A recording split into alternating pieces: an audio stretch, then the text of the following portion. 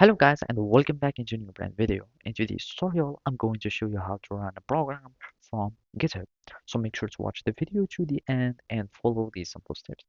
So basically running programs or projects from GitHub is easy. All you will be needing to do is just to clone in this repository.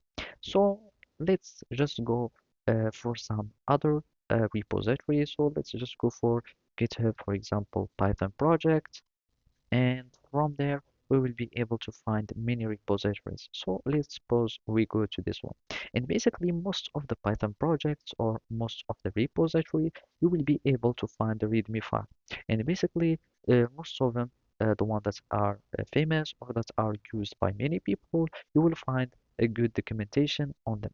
And basically, for example, there is this voice recorder, and here we can find this one, and as you can see they will also explain how to get them. But most of the projects, all you will be needing to do is to get the repository, and simply you will go to the code and you will need to copy the URL, and basically you will be needing to clone this one. So either you can clone repository, for example, from here, clone repository, and you can go by your URL by using the GitHub desktop, or you can use the git command or whatever. And basically, then you will click on clone. By clicking on clone, you will have your project that will be downloaded into your local computer, and then you will be able to start using this program. So by running the program, it really depends on the language that you are using, the technology, and whatever.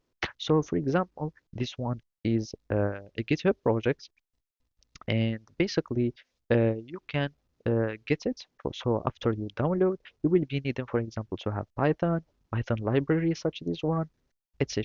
And to start, for example, running this program, you will be needing just to launch the minpy. So basically, this is the source code py. You will be needing just to run it by using the command python in the name of file, or uh, with the path of the file. So basically that's it. Thank you for watching and see you next time.